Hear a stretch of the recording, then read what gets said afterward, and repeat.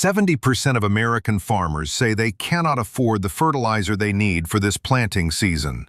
That number comes from a survey of 5,700 farmers published last week by the American Farm Bureau Federation. 70%. Not some fringe poll, not an estimate. 5,700 farmers were asked whether they can afford the inputs they need to grow food for 330 million Americans this year. And 7 out of 10 said no. And the reason they cannot afford it is sitting in the Persian Gulf right now, in the form of 230 loaded tankers that cannot move through the Strait of Hormuz because the waterway has been effectively closed since February 28th. 1/3 of all fertilizer that moves by sea transits through that strait. 1/3. And the United Nations Food and Agriculture Organization warned last week that there is no more than a 3-month window for action before risks escalate significantly, affecting global planting decisions for 2026 and beyond. 3 months from their warning puts us at mid-July. But the window for American corn farmers closes in June. Late May to mid-June is the final application period for nitrogen fertilizer on corn crops in the Corn Belt. If the fertilizer is not in the ground by mid-June, it is too late. The corn will grow, but it will grow stunted, nutrient deficient, and at yields that could be 10 to 25% below normal. And that reduced corn yield will cascade through the American food system like a shock wave that takes 12 to 18 months to fully arrive at your grocery store receipt. Because corn is not just corn. Corn is feed for cattle, for pigs, for chickens. Corn is ethanol in your gasoline. Corn is high fructose corn syrup in everything on the processed food aisle. Corn is the single most important crop in the American agricultural system, and 70% of the farmers who grow it just told you they cannot afford what they need to grow it properly this year. And the fertilizer crisis is landing on top of the worst avian influenza outbreak in American history, which has now resulted in the culling of more than 185 million birds since 2022. Egg prices remain more than double their 2019 baseline in most markets. Each new outbreak detected on a commercial farm triggers a mandatory depopulation of every bird on the property because the virus spreads so rapidly that containment requires total elimination. The USDA confirmed new detections in commercial poultry flocks as recently as March and April of 2026. The virus has not been controlled. It is being managed through mass killing. And every flock that is destroyed is a flock that will not produce eggs or chicken meat for the next 4 to 5 months minimum. The American consumer, who is already paying $5 or more for a dozen eggs, is about to face a convergence of egg scarcity from bird flu, feed cost increases from the fertilizer shortage driving up corn prices, and diesel cost increases from the Iran war driving up the cost of transporting every egg from the farm to the store. 3 separate forces, all pushing the price of one of the most basic protein sources in the American diet higher simultaneously. And eggs are not a luxury item. Eggs are the cheapest complete protein available to low-income Americans. When eggs become unaffordable, the nutritional fallout hits the people who can least afford alternatives. Nitrogen went from $350 a ton to $600 in 3 months, and farmers are skipping applications they have never skipped before. Matt Frostick is a crop and livestock farmer in Michigan. He told PBS News that in January, nitrogen fertilizer was priced at about $350 a ton. Today, that number is bouncing around $600, a 71% increase in 3 months. And he said that his operation booked most of its fertilizer before the Iran conflict began. But the portions they did not book, because it was already too expensive at pre-war prices, are now completely out of reach. His exact words were that they are probably going to go without that particular nutrient on their crop this year. Going without, on a crop that requires precisely timed nitrogen application to produce normal yields. And he is not alone. Steve Turner, a farmer in Northwest Illinois, confirmed that while he locked in most of his inputs, he is afraid of elevated prices for a long time. Agriculture Secretary Brooke Rollins told PBS that roughly 80% of American farmers locked in their fertilizer purchases last fall before the war. That sounds reassuring until you do the math. 20% of American farmers did not lock in. That is 1 in 5. And the USDA acknowledged that even if 80% is pre-purchased and the remaining 20% faces a 50% or more price increase, it can still deliver a significant hit to overall production. Florida International University professor Aya Chalker, who studies supply chains, documented that in the U.S., some fertilizers rose more than 40% in just 1 month after the war started. Natural gas, which determines 70 to 90% of the cost of producing nitrogen fertilizer, has seen a 20% drop in production due to the war and price increases up to 70%. Russia has suspended exports of ammonium nitrate to preserve its own supplies. China, the world's largest phosphate producer, has blocked phosphate exports, removing 25% of the global supply. Potash has been in short supply since sanctions on Belarus and Russia, and by mid-March 2026, the U.S. fertilizer supply was around 75% of normal levels. 75%. At the exact moment when Corn Belt farmers were beginning to prepare their soil for planting and making the first applications of fertilizer that determine whether the crop will be full or thin. Reducing nitrogen application by 10 to 15% or delaying application by 2 to 4 weeks can reduce corn yields by 10 to 25%. That is not a minor adjustment. A 25% reduction in American corn yields would be the worst harvest failure since the 2012 Midwest drought, which slashed yields by 13% and triggered a 20% surge in poultry prices alone. And 2012 was caused by weather.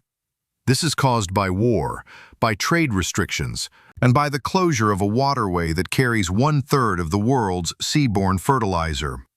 The cause is different. The consequence at your grocery store will be the same, or worse. Food crises do not begin with empty shelves. They begin with decisions farmers are making right now that you cannot see.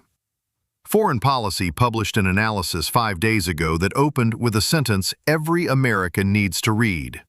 Food crises do not begin with empty grocery store shelves. They begin when key agriculture inputs are limited and farmers shift their decision-making about planting for the next harvest. That sentence describes exactly what is happening in American agriculture right now, in April and May of 2026. In decisions being made on farms across the Midwest and the South and the Great Plains that will not show up at your grocery store until June, July, August, and beyond. Farmers who cannot afford fertilizer are switching from corn to soybeans, which require less nitrogen. That switch reduces the total corn supply. Farmers who cannot get sufficient fertilizer in time are applying less than the agronomically optimal amount, which reduces yield per acre. Farmers who are facing both fertilizer cost increases and diesel cost increases are reducing the total acreage they plant because the economics of planting a crop at a loss do not work, regardless of how much a farmer loves farming.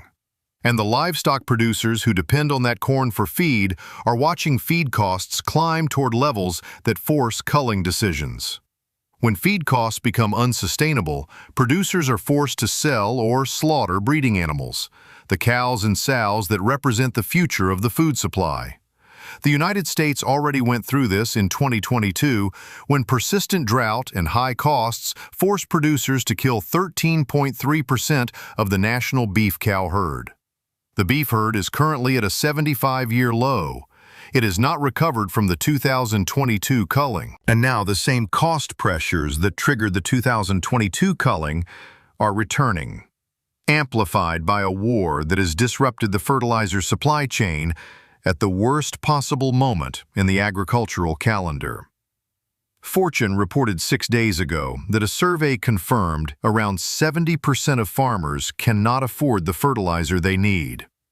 That diesel prices have soared, as 1/5 of the world's oil supply is locked in the Persian Gulf, and that the USDA's latest forecast projects food prices to rise 3.6% in 2026, up from 3.1% predicted just 1 month earlier.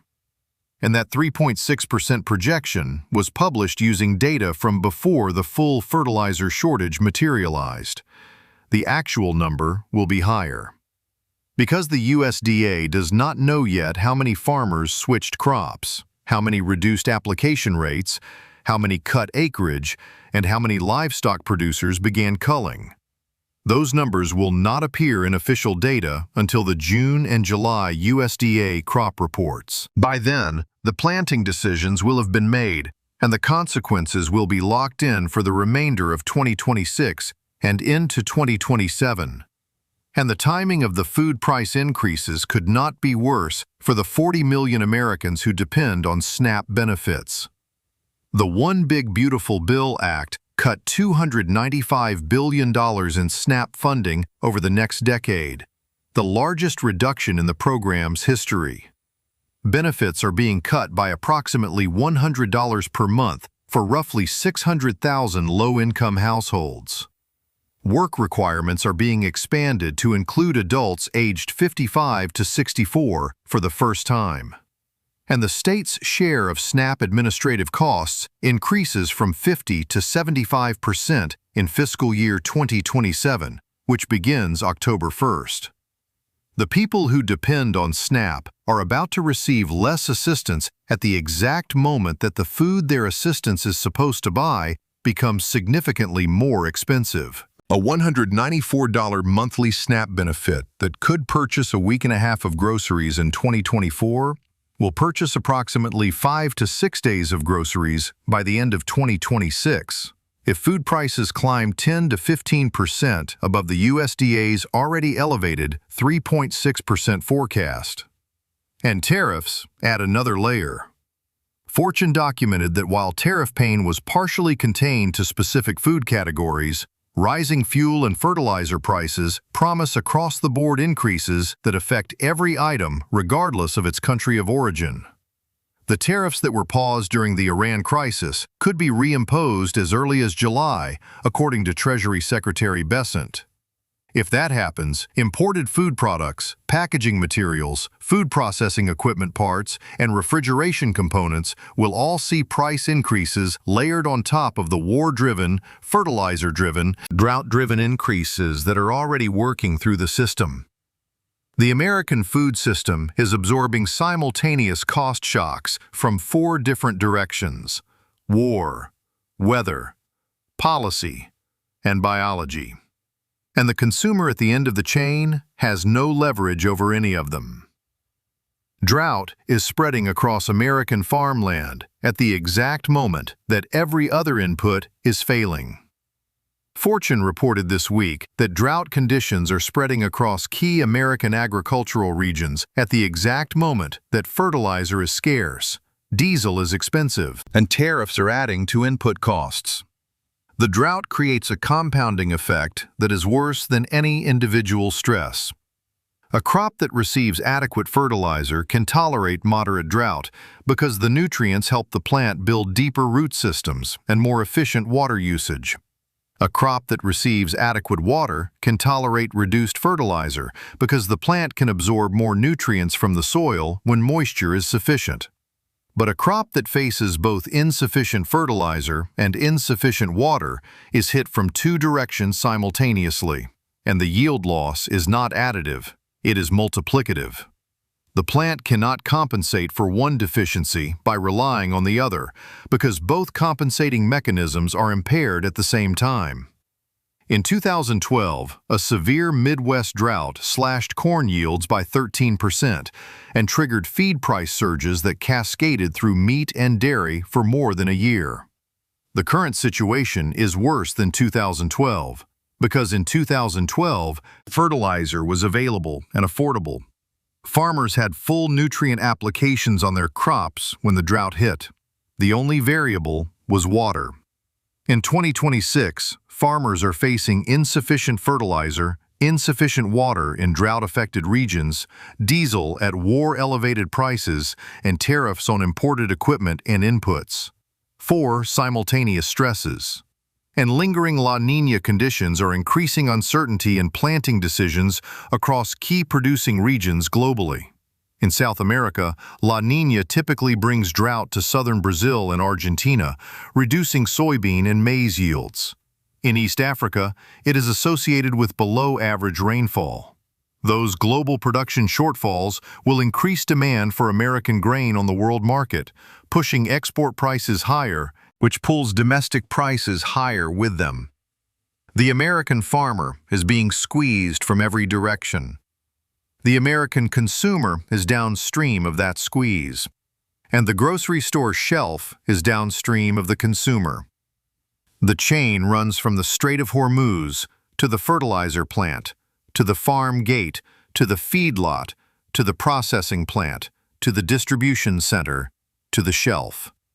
And every link in that chain is currently under stress that it has not experienced since the combined shocks of 2022, and in some cases, stress that it has not experienced in the modern era. And the meat and dairy pipeline is particularly vulnerable because it operates on biological timelines that cannot be accelerated by money or policy. If a beef producer culls breeding cows today because feed costs are unsustainable, rebuilding that herd takes 4 to 5 years. A cow must be bred, carry a calf for 9 months, raise the calf, and then the calf must grow to market weight over 18 to 24 months. The decision a rancher makes in May 2026 about whether to keep or cull a breeding cow determines the beef supply in 2029 and 2030. And the beef herd is already at a 75-year low. There is no reserve capacity. There are no idle breeding animals waiting to be put back into production.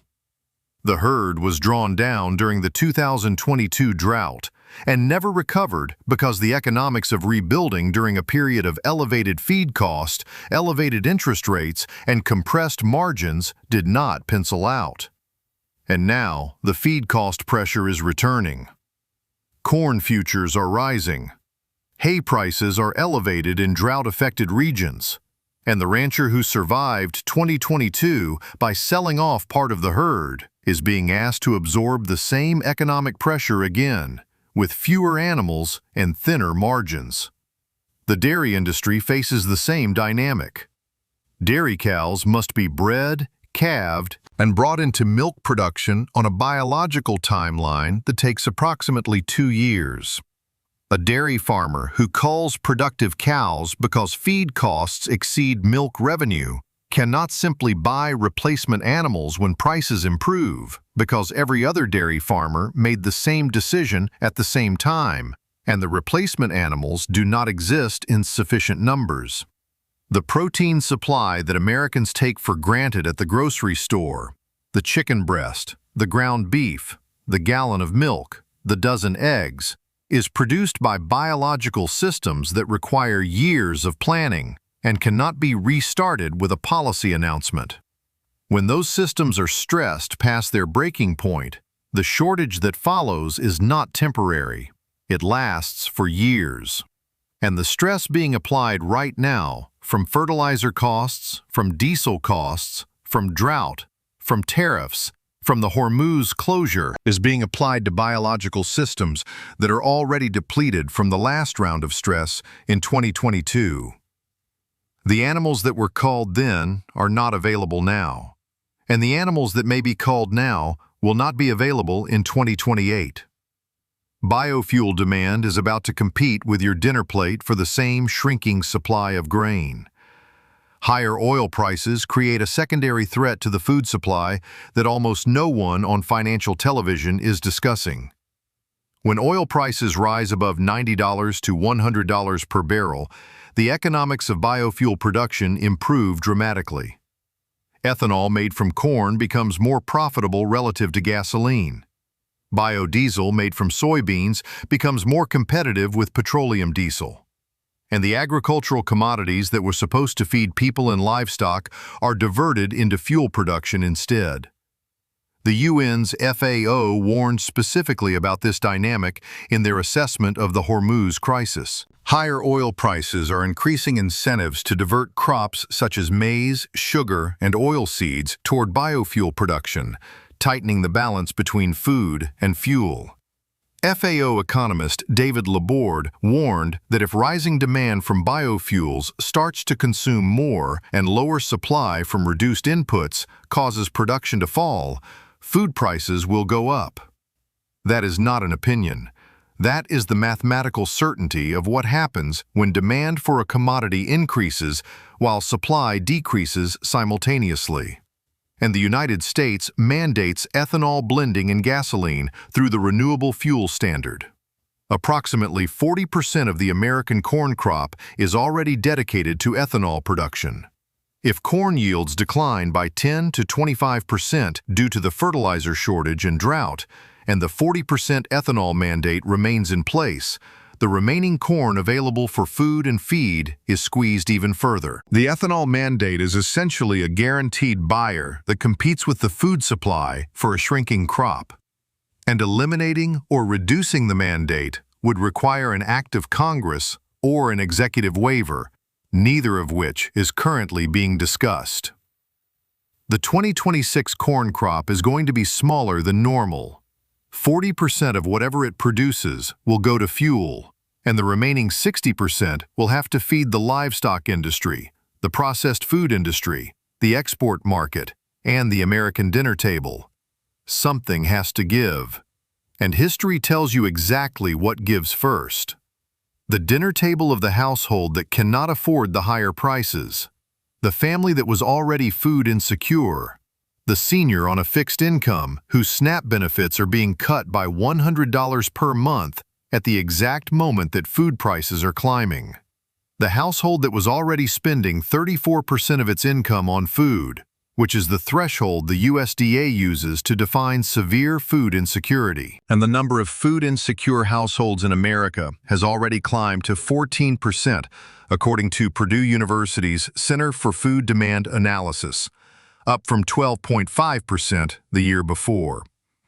In New York City, 40% of families cannot afford their weekly food costs, according to data from Robinhood and Columbia University. 1 in 3 Americans skipped a meal in the past year, according to the Century Foundation, up from 1 in 4 just months earlier. Those numbers were recorded before the fertilizer shortage, before the drought spread, before the USDA raised its food price forecast, and before the June planting window began to close. The numbers that will be published in August and September, reflecting the June and July food price reality, will be materially worse. Panic buying turns a shortage into a crisis, and America has 72 hours of food on the shelf at any given moment. American grocery stores operate on a just-in-time inventory model that keeps approximately 72 hours of food on the shelf at any given time. 3 days. That is the buffer between a functioning grocery system and visible, undeniable, alarming gaps on the shelves. And the behavioral science of food purchasing tells you exactly what happens when consumers begin to perceive a shortage. They buy more than they need. Not because they are greedy, because they are afraid. And afraid consumers do not buy 1 extra can of soup. They buy a case. They do not buy 1 extra bag of rice. They buy 3. And when millions of consumers simultaneously shift from normal purchasing patterns to fear-based stockpiling, the 72-hour inventory buffer evaporates in hours, not days. Americans watched this happen in real time in March of 2020. Toilet paper disappeared in 48 hours. Canned goods disappeared in 72. Frozen food cases were empty within a week. And the supply chain behind those shelves was fully functional. The factories were running. The trucks were moving. The farms were producing. The only variable was consumer behavior. Now, imagine that same behavioral surge occurring in an environment where the supply chain behind the shelves is genuinely impaired, where fertilizer shortages have reduced crop yields, where diesel prices have increased trucking costs, where tariffs have raised the price of imported food, where SNAP cuts have reduced the purchasing power of 40 million Americans, where the Iran war has disrupted 1/3 of seaborne fertilizer trade and 1/5 of global oil supply. In that environment, the 72-hour buffer does not just empty faster, it refills slower. Because the supply chain cannot surge production to meet panic demand when the supply chain itself is running below capacity, the shelves empty. The trucks arrive with less than they normally carry, because the products cost more to produce and transport. The shelves partially refill, but the gaps remain visible, and visible gaps trigger more panic buying, and the cycle reinforces itself. The FAO warned explicitly about this dynamic, stating that in past crises, countries have restricted exports to protect domestic markets, which exacerbated global shortages. If any major agricultural exporter, Brazil, Australia, Canada, Argentina, imposes an export restriction on grain or fertilizer, the global supply tightens further, American import costs rise, and the pressure on domestic shelves intensifies. That is not a theoretical risk. Russia restricted fertilizer exports. China restricted phosphate exports. Both of those restrictions are already in effect. The question is whether grain exporting nations will follow the same pattern, and history says they will. Because every government facing a domestic food price crisis prioritizes its own population first, which means the global food system, which Americans depend on for a significant share of their diet, could fragment just as the domestic production system is weakened by the fertilizer shortage, the drought, and the diesel cost increase. Share this video with every American you know who buys groceries, feeds a family, or lives on a budget that has no room for a 10 to 20% increase in food costs. Because the decisions being made on American farms right now, in April and May, will determine what is available and what it costs on American shelves in June, July, August, and for the remainder of 2026. The fertilizer that was not applied cannot be not applied. The corn that was not planted cannot be not planted. The livestock that was culled because feed costs were unsustainable cannot be unculled. The planting window closes in June, and when it closes, the consequences are locked in for the next 12 to 18 months. Buy shelf-stable food now at current prices. Rice, beans, canned vegetables, canned protein, pasta, oats, peanut butter, cooking oil. Every dollar spent on shelf-stable food today at today's prices is a dollar of protection against the prices that are coming when the June and July USDA crop reports confirm what the farmers are already telling you. 70% of them cannot afford the fertilizer. The supply is at 75% of normal. The strait is still blocked. The drought is spreading, and the grocery store has 72 hours of inventory on the shelf. Subscribe and turn on notifications. Take care of yourselves out there.